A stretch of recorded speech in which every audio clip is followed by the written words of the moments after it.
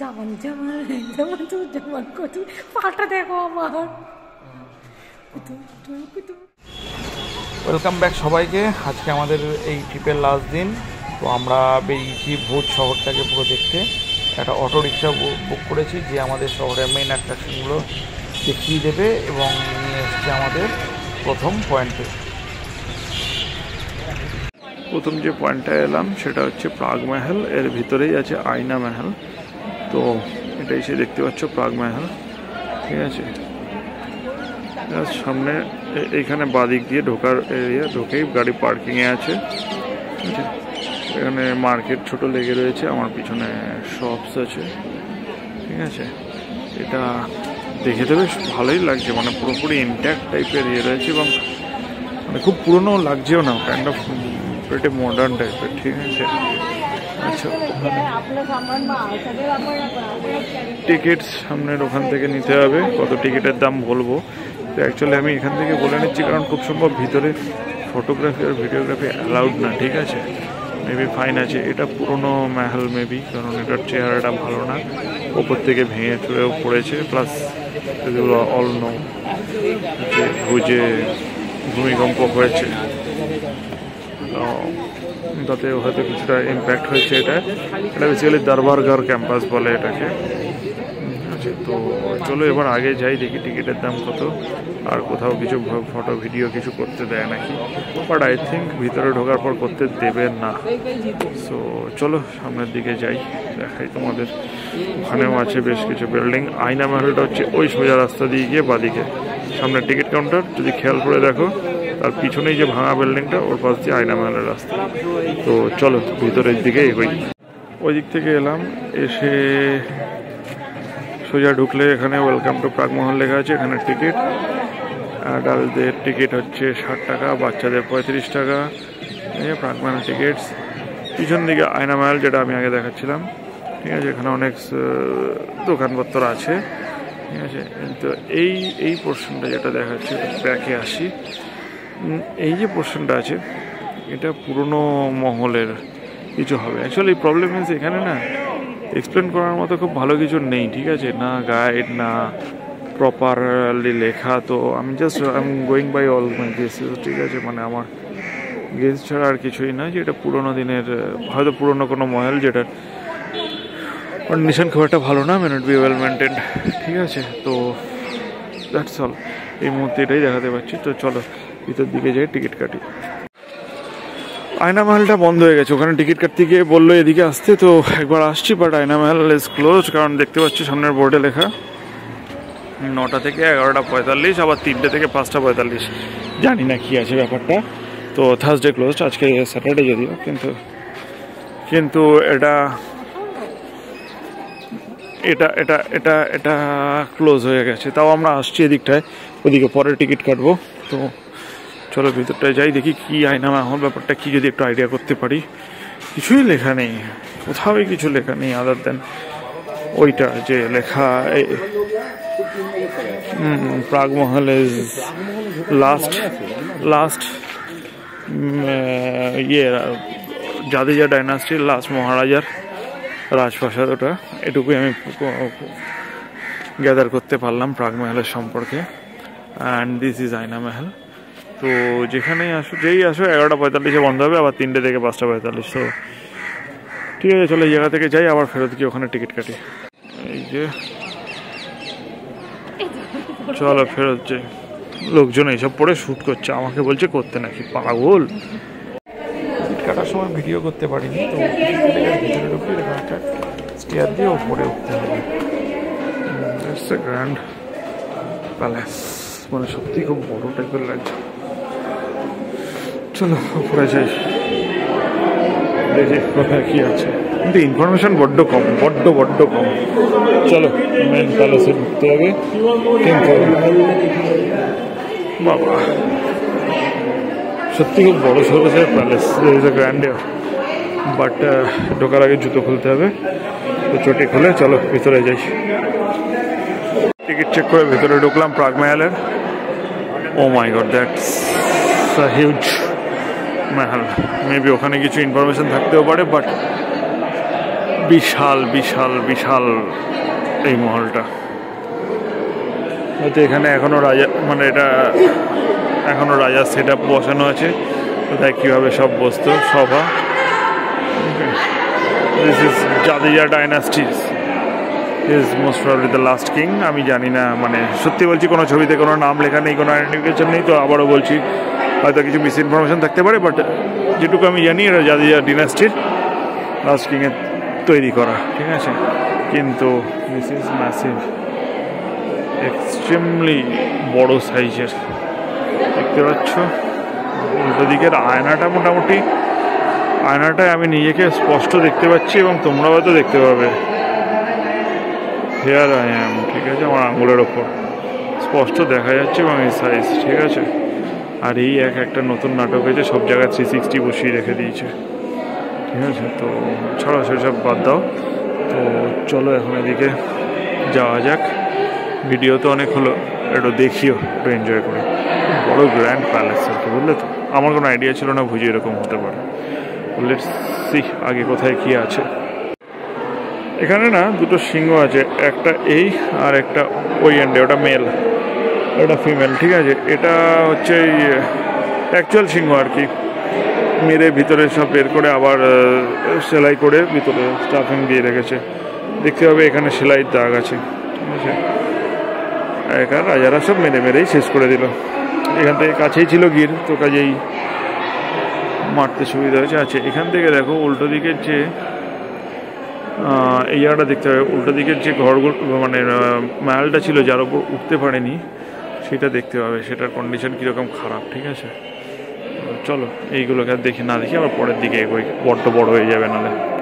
পাকমহলের এই যে মেন রুমটা দেখালাম, ওখান থেকে আরও 3-4টে রুম ঘুরে এসে আবার বাইরে এসে জুতো পরলাম, পরে এখান দিয়ে ওপরে ওঠার সিঁড়ি আছে, তো চলো ওটা দিয়ে ওপরে যাবো। এবার ওপরে উঠলাম, উঠে বাহ সুন্দর একটা ব্যালকনি, আরও কিছু রুম মেবি। চলো সেগুলো ফটাফট একটু দেখে নিই। অনেক পেন্টিং আছে দেখতে পাচ্ছি, এগেন উইদাউট এনি ইনফরমেশান, ঠিক আছে। তো চলো একটু ফটাফট দেখে নিই। এখন বেরোবো, এক্সিটটা ঠিক এই বড় মহলটার পিছন দিয়েই এক্সিট, তো এখান থেকে আবার দেখা যায় এই বাড়িগুলো। আর ঢুকেই যে সব অ্যাটলিয়ার ছিল তার উপরের দিকটা দেখো ভাঙাচোরা পড়ে আছে, ঠিক আছে। পিছনে ঠিক স্বামীনারায়ণ মন্দির আছে এখানকার, ভুজের খুব পপুলার, তো সেটাও দেখবো। কিন্তু এটা এখান থেকে না, এটা ক্যাম্পাসের বাইরে। তো চলো ক্যাম্পাসের বাইরে গিয়ে দেখি, ফেদারবার্গার ক্যাম্পাস বলে। Let's go outside. বেরোনোর সময় পার্কিং লটটা এলাম, কারণ পিছন দিকে টয়লেটও আছে আর পার্কিং লটে আমার অটো দাঁড়িয়ে, তো ওই জন্য এলাম। পিছন দিকে একটা জিনিস দেখাচ্ছি, এটা মানে সামনে থেকে তো বড় লাগছে, পিছনের পোর্শনটা আরও বড় প্যালেসটা, ঠিক আছে। মানে এর গ্র্যান্ডের আরও বেশি, কিন্তু যে যত বড় এরিয়া নিয়ে প্যালেসটা ততখানি কিন্তু আমাদের দেখতে দেয় না এই মুহূর্তে, পাবলিককে সেই অ্যাক্সেস নেই। এই এই এই বড় ঘরটা, তারপরে কয়েকটা ঘর নিয়ে বেরিয়ে যাও, আবার ওপরের ফ্লোরে কয়েকটা ঘর দেখো, ব্যাস বেরিয়ে যাও। তার বাইরে ম্যাক্সিমাম জায়গায় অ্যাক্সেস নেই। নিচে একটা ব্যাঙ্কোয়েট হল আছে, আর তার বাইরে মনে হচ্ছে কিছু জায়গায় রিনোভেশনের কাজ হচ্ছে, দেখলাম মার্বেলের কাজও চলছে, তো রিনোভেশন মেনটেন্যান্স এর কাজ চলছে, তো মেবি তার জন্য আমাদের অ্যালাউ করেন না। পাশের যে রাজা যিনি আছেন উনি থাকেন মুম্বাইতে, বছরে একবার আসেন পুজোর জন্য, পুজো করে চলে যান। তো এবার জানি না মেনটেন্যান্সের গল্প কার হাতে, রাজার হাতে না গভর্নমেন্টের হাতে বা কী, বাট আমার যেটা পার্সোনালি মনে হয় খুব সুন্দর একটা প্যালেস। এটাকে আরও ভালোভাবে লোককে দেখার জন্য ব্যবস্থা করা যেতেই পারতো, মানে মেবি আরও কিছু রুম ওপেন করা যেতে পারতো। যা আছে মানে এদের যা আর্টিফ্যাক্টস আছে সব কিছু, অনেক কিছুই দেখলাম আলমারির মধ্যে ঢোকানো বা গোটানো, লেখা নেই, সেগুলোকে প্রপার লেবেলিং করে আর্ট কয়েকটা ঘর ওপেন করে দিয়ে এটাকে আরও বেশি ইন্টারেস্টিং এবং আরও বেশি পাবলিক অ্যাক্সেসিবল করা যেতেই পারতো, ঠিক আছে। কারণ আমি তোমাদের কিন্তু ম্যাক্সিমাম টাইমে বলতেই পারলাম না যে কী কোন রাজা কী গল্প সেই সবগুলো। তো যাই হোক, হোপফুলি ওরা এটা টেক কেয়ার করবে। আমি তো সামান্য মানুষ, যারা ডিসিশন মেকার তারা তো আছেই, এসব তারা করেই অভ্যস্ত। তো চলো এবার পরের জেনুইনলি পরের জায়গায় যাবো। আমাদের পরের স্টপ কাচ মিউজিয়াম। একটুখানি দূরে, ঠিক আছে। আর এই পিছনে একটা লেক আছে, লেকটার নাম ভুলে গেছি, এক্ষুনি কি এটা বললো অমৃতসর নাকি। তো চলো কচ মিউজিয়ামের ভিতর ঢুকবো। এখানে হচ্ছে টিকিট 10টা থেকে 5টা, 5 টাকা করে, এটাও ভাই ব্যাপার। Fit building, ticket counter, restroom, security service, building, drinking water. চলো যাওয়া যাক কোথায় কোথায় যাবো, ঠিক আছে। দেখি ভিতরে ক্যামেরা অ্যালাউড কিনা, হলে একটু একটু কিছু দেখাবো, পুরো মিউজিয়াম তো দেখানো সম্ভব না। তো শুরুতেই দেখতে পাচ্ছি কয়েকটা কামান আছে, তো চলো যাওয়া যাক ভিতরে। মিউজিয়ামটা দেখে বেরোলাম, এটা 1877 সালের মিউজিয়াম। আগে ফার্গুসন মিউজিয়াম বলতো, কারণ স্যার জেমস ফার্গুসন এটা বানিয়েছিলেন, মানে এটা উদ্বোধন করেছিলেন। উদ্বোধন করা ভুল, শিলান্যাস যেটাকে বলে, শিলান্যাস করেছিলেন, যিনি ছিলেন বম্বের গভর্নর। 1877 সালে এটা তৈরি হয়েছে। তো তারপরে এখন তো এটা কাচ মিউজিয়াম বলে যায়। ভিতরে অনেক ইন্টারেস্টিং জিনিসপত্র আছে, অনেক রাজাদের ইউজড সিলভার আর্টিফ্যাক্টস, অনেক আইভরি আর্টিফ্যাক্টস আছে, দেখতে ভালোই লাগবে। কিন্তু ভিতরে তো ফটোগ্রাফি বা ভিডিও কিছু করা যায় না, তো বেরিয়ে এসছে। এবার দেখা যাক নেক্সট কোথায় যাই। মিউজিয়াম থেকে বেরিয়ে যে জায়গাটায় এলাম সেটা এখানে ছাত্রী বলে পরিচিত। বেসিক্যালি এটা পুরনো রাজপুত রাজাদের সমাধিস্থল, এবং তার ওপর কিছু ছাত্রী বানানো থাকে, যেটা ইউজুয়ালি রাজস্থান গুজরাট এরিয়ায় প্রিটি কমন ইয়ের জন্য। অ্যাকচুয়ালি আমরা প্রথমে গেছিলাম স্বামীনারায়ণ টেম্পল দেখতে, কিন্তু সেটা দুপুর 1টা থেকে 3টে বন্ধ থাকে, সে কারণে আমরা এখানে চলে এলাম। এবং এই লোকেশনটা স্বামীনারায়ণ টেম্পলের ঠিক পিছনটাতেই, ওই সাদা চূড়াগুলোও তোমরা দেখতে পাচ্ছ, ঠিক আছে। তো এই এরিয়াটা দেখে নিই, তারপর যদি সম্ভব হয় তো স্বামীনারায়ণ টেম্পল দেখতে যাব। চলো ভিতরে এবার ঢোকা যাক। এই প্রথম প্রপারলি লেখা কিছু পেলাম, রাও লেখা ছাত্রী ভোজ।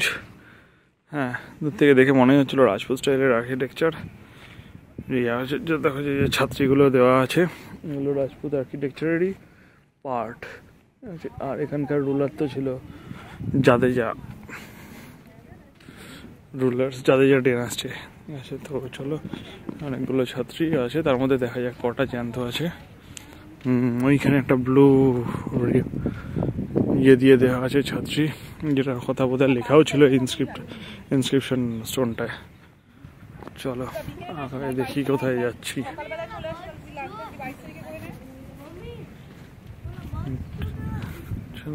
বেশিরভাগই তো ধ্বংসস্তূপের মতো আছে, 2-4টে হয়তো জ্যান্ত আছে। এবার জানি না এই ধ্বংসস্তূপের মূল কারণ কি এদের ইয়ে, নাকি ওয়েল মেনটেন ছিল না সেটা, নাকি ভূমিকম্প, বোঝা কষ্টকর। তো দেখি দাঁড়াও কি আছে। চলো এই রোদে ধুকতে ধুকতে ভিতরে যাই, ছাত্রী এরিয়াটা দেখতে। এক ফোঁটাও কোনো ছায়া নেই, 2-4টে বড় বড় গাছ ছাড়া প্রচণ্ড রোদ। আর এই সবুজ টি শার্ট পরা যে দাঁড়িয়ে, এর অটোতেই আমরা এসেছি। তো কিছু লোকাল ফোক টেলসের গল্প শোনাচ্ছে, যা হয় হচ্ছে ইউজুয়ালি সমাধিস্থলের সাথে যেসব গল্প থাকে, যে লোক হারিয়ে যায়, গুম হয়ে যায়। তো অ্যাকচুয়ালি ঢোকার সময় কোনো কন্ট্রোল দেখলাম না, যে মানে এতটা থেকে এত অবধি ঢুকবে, গেটে তালা, সেই ধরনের। তো তাই জন্য আমার মনে প্রশ্ন জেগেছিলো যে কতক্ষণ ঢুকতে পারে। তো ওই মানে সন্ধ্যে 8টার পর কেউ আসে না, লোক গুম হয়ে যাতায়, খো যাতায়, এইসব তো চলতেই থাকে। মানে আমি জানি না কী করে হারিয়ে যায়, বাট এনিওয়েজ যা বলে যখন, তখন ডেফিনেটলি কিছু তো হয়, কেউ না কেউ কখনো হারিয়ে গেছে এই জায়গায় ঢুকে। তাই তারপর থেকে লোকজন আসে না সন্ধ্যে 8টার পর। বাট যেটা দেখাচ্ছে যে এই যে ছাত্রীটা আছে, এটা কিন্তু প্রিটি স্টেবল কন্ডিশনের মধ্যে আছে, ঠিক আছে। মাঝখানে দেখো এই যে এরিয়াটা আছে, এর মধ্যে অস্থিগুলো রাখা থাকে।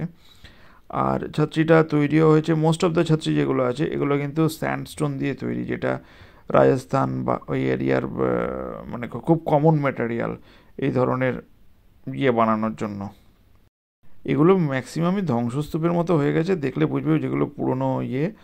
আর যেগুলো রিস্টোরেশন হচ্ছে সেগুলো অনেক চকচকে পাথর রয়েছে। আর ওই যে দূরে আঙুল দিয়ে যেটা দেখাচ্ছি, সেটা হচ্ছে রাও লাক্ষা ছাত্রী বা রাও লাখপাতজির ছাত্রী, যেটা শুরুতে ব্লু ইনস্ক্রিপশনে লেখা ছিল।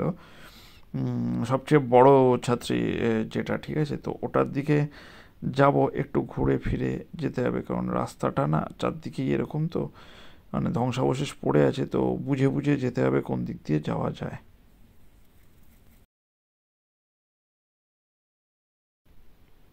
এই রাওলাক্ষা ছাত্রীটায় যাব, তো তার আগে একটু দেখিয়ে নিই।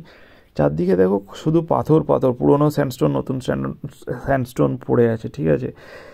এগুলো বেসিক্যালি সমাধিস্থল। তো জানি না এটা আগে আর্থকোয়েকের আগে কতটা ওয়েল মেনটেন ছিল, বাট ও বলছিল যে মানে তখন এই স্ট্রাকচারগুলো অনেকটাই দাঁড়িয়ে ছিল বিফোর আর্থকোয়েক। এই যে এই গোল্ডেন ছত্রিটা বা আরও দু একটা, সেগুলো কিছু রিস্টোর্ড হয়েছে, বাট এই রিস্টোরেশন অ্যাক্টিভিটিও খুব স্লোলি চলছে এবং তার সম্পর্কেও কোনো কিছু ইনফরমেশান দেওয়া নেই, ঠিক আছে। তো ভিতরে মানে গেটে কোনো সিকিউরিটি বা লক সেসবও কিছু নেই। তো জানি না কে কি এই রেস্টোরেশনের কাজ করছে, বাট এই যে এই ছাত্রীগুলো ছিল, ও অ্যাকর্ডিং টু হিম এগুলো অনেকটাই ভালো অবস্থায় ছিল বিফোর দিস ডিভাস্টেটিং আর্থকোয়েক, ঠিক আছে। এটার মুখে ইনস্ক্রিপশনে একটা ব্লু রিবড ছাত্রীর কথা বলা ছিল, যেটা ইন্সপায়ার্ড বাই টার্কিশ আর্কিটেকচার। এটা সেটাই। ফর্চুনেটলি এটা এখনও সোজাভাবে দাঁড়িয়ে আছে, ঠিক আছে। কিন্তু আনফর্চুনেট ঘটনা, এত সুন্দর সুন্দর স্ট্রাকচারগুলো সব পড়ে গেছে। কী আর করা যাবে, সবই প্রকৃতির খেলা। এটা এমন নয় যে শুধু সাধারণ মানুষের বাড়ি পড়বে, এইসব হিস্টোরিক্যাল জিনিসের অনেক ক্ষতি হয়, তো কিছু করার নেই। যে আমি একবার এই বড়ো স্ট্রাকচারটা দেখি, মেবি এটাই লাখপত রাওজির ইয়ে। তো দেখি গিয়ে কি ঢোকা যায় বা কিছু নাকি, ঠিক আছে। একবার উঁকি মারি গিয়ে এখানটায়। খুব সুন্দর এটা আমার দেখে মনে লাগছে, কাজগুলো খুব ইন্ট্রিকেটলি করা ডিজাইন। সিঁড়ি দিয়ে এই লাখপত রাওজির ছাত্রীটায় এলাম। ওরা সত্যি দারুণ ডিজাইন, এভাবে বানিয়েছে না, তারিফ করার মতো। মানে তারিফ করার মতো বলাটা কম বলা হলো, সত্যিই তাই। অনেক কিছুই রয়েছে, হয়তো মানে মাথার ওপরটা নেই ঠিকই, বাট তোমরা বুঝতে পারবে যে কীভাবে এটা ডিজাইন ছিল, ঠিক আছে। ঢোকার রাস্তার এদিকে মাথা কাটা হয়ে গেছে, এখন স্কুল মতো এরকমভাবে ছিল ডিজাইনটা। এই তোমরা ইয়েগুলো দেখলে, পিলারগুলো দেখলে বুঝতে পারবে কী ছিল। আর গেটে ঢোকার মুখে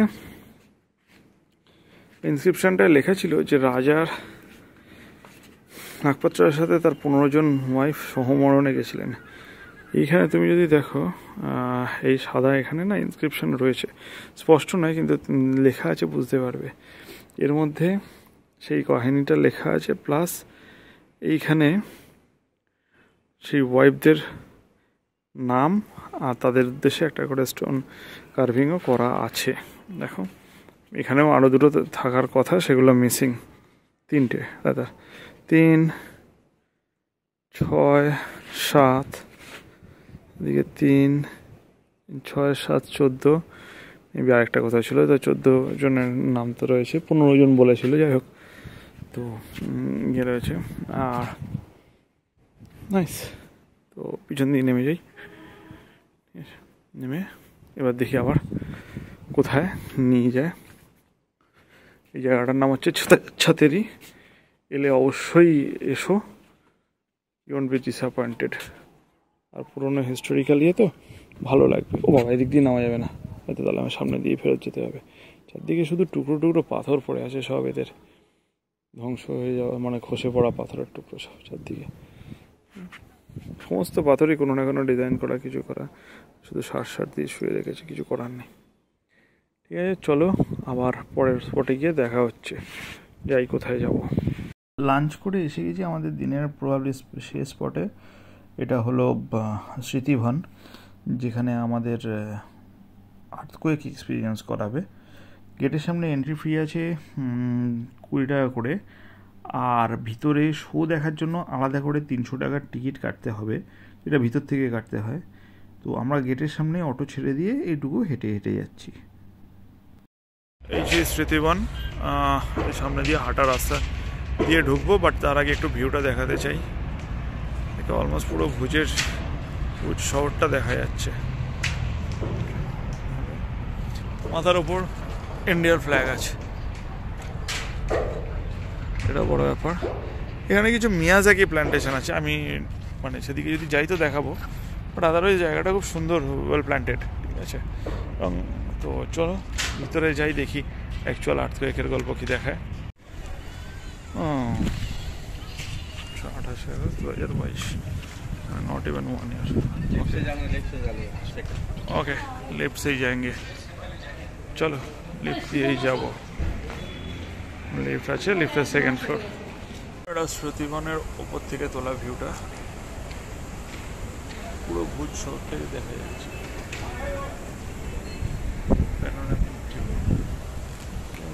এবার এদিকে ভিতরে ঢুকতে হবে, ডিজাইনগুলো করেছে, জানি না কি ব্যাপার, ভিতরে ঢুকলে টের পাবো।